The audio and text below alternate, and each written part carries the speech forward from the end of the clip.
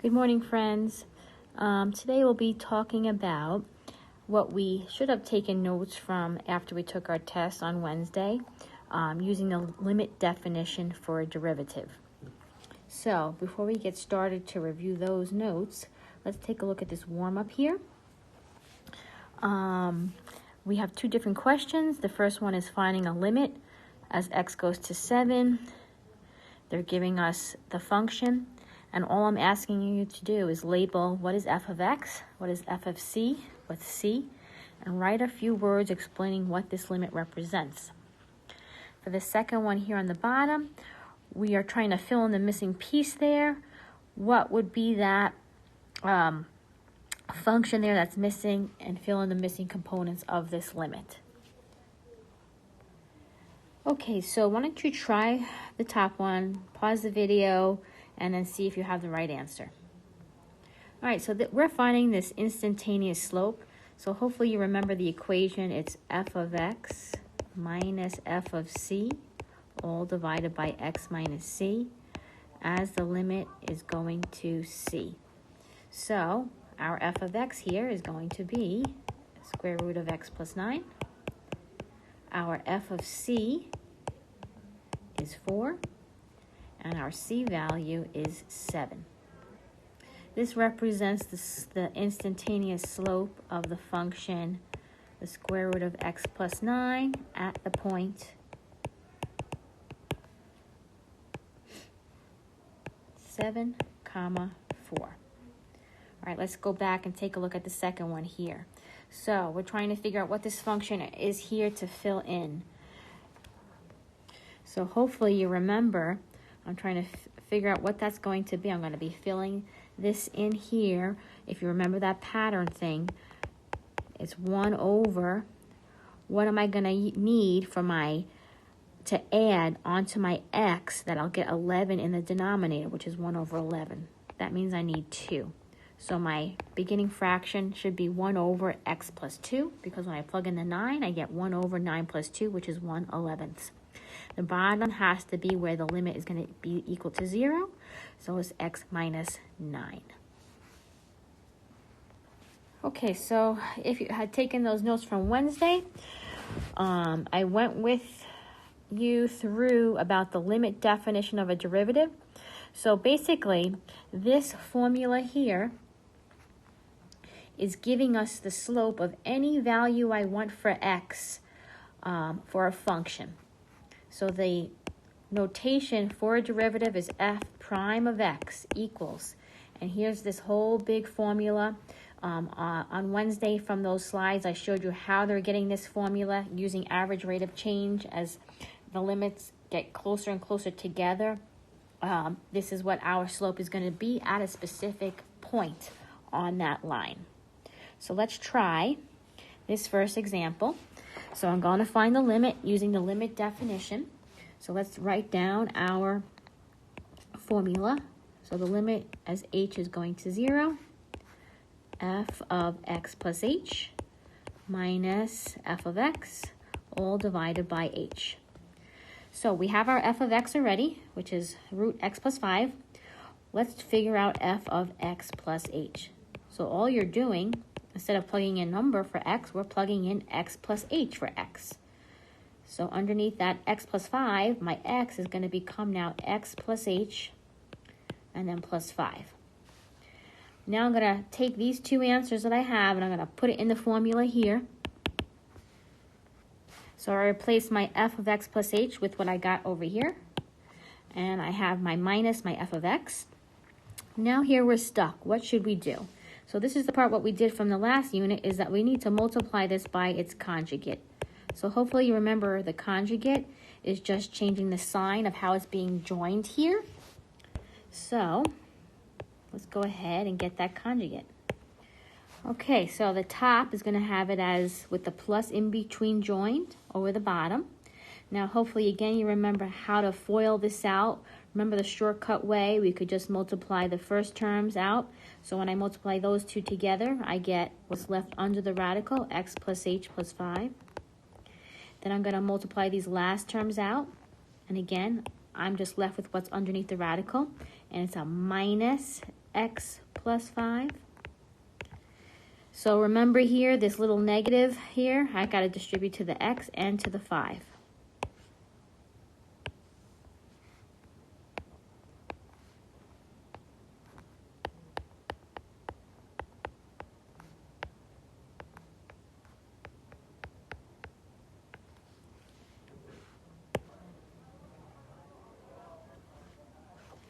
So I'm distributing that negative inside there. So I'm going to have it as x plus h plus 5 minus x minus 5. And I'm bringing over that denominator. Okay, so now we should notice that something is going to cancel here. My x's are going to cancel. My 5's are going to cancel out. And all I'm left with in the numerator is h over that whole bottom. And now also my h is going to cancel. And I'm left with a 1 on the top.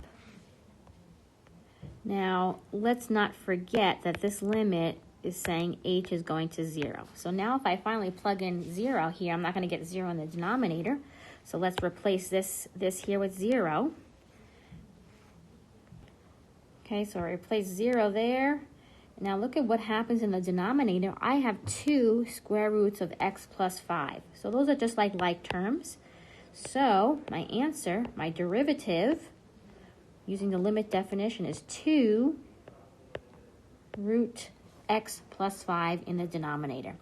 Now I want you to think about the pattern that we got from the last unit about when we have square roots. That pattern was doing 1 over 2 times the root with the limit plugged in. Hopefully you remember that pattern. Limit plugged in. So our derivative for, let's move on to this next slide. Our derivative for that square root of x plus 5 is, here it is, 1 over 2 times the root of x plus 5. So now I could give you any kind of number I want for you to find the slope along that root x plus 5. So let's go ahead and find the slope at specifically x equals negative 4. So I'm going to take my derivative that I got and I'm going to plug in negative 4 for my x. And when I do that, I'm getting 1/1/2.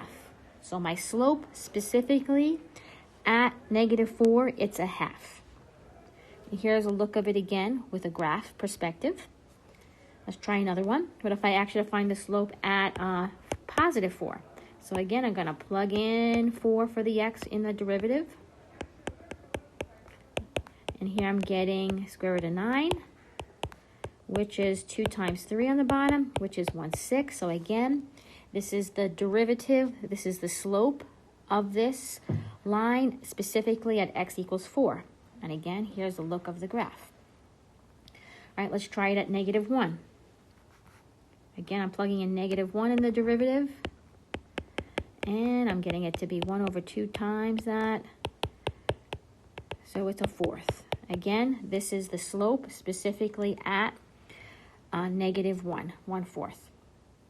All right, what if I gave you negative 5 this time? Well, if I plug in negative 5 in the derivative, what happens in the denominator? I'm getting 0. That means this function is undefined. That means I have a vertical asymptote. And here's the look of that graph. Okay, let's do some practice with the limit definition. The first one we're going to do is find the derivative of 1 over x using the limit definition. And then once you figure that out, figure out what is the derivative specifically at 4 and at 6. Okay, so I figured out what is f of x plus h by replacing x with x plus h.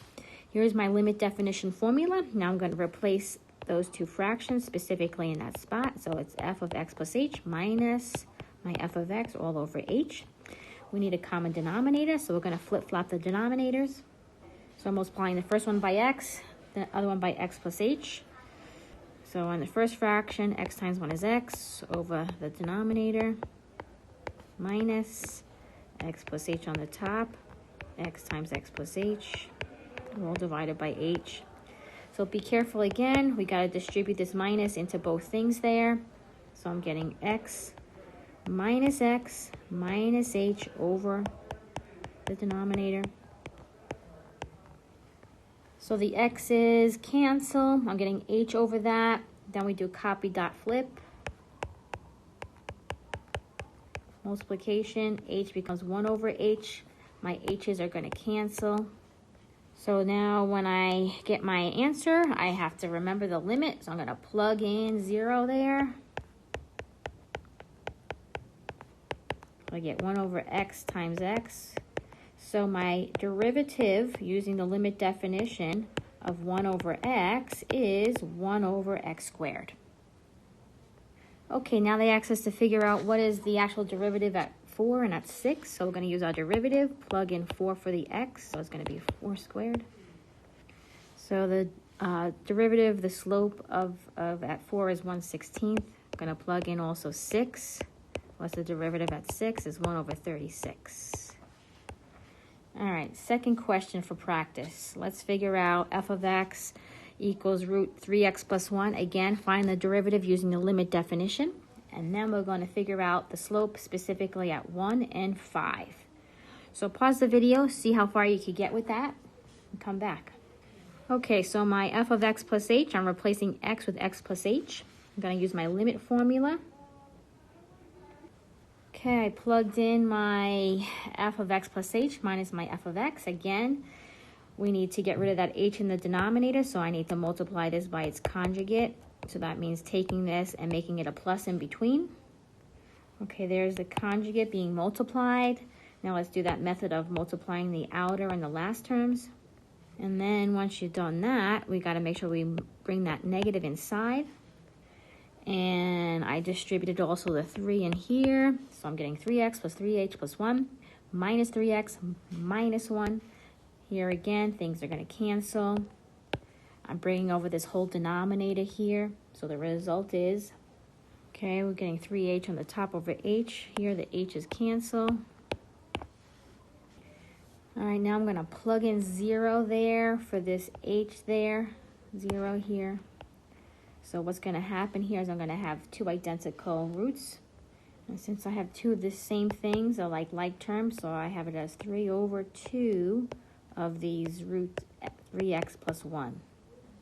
So this is my derivative. Hopefully you got that from the square root of 3x plus 1.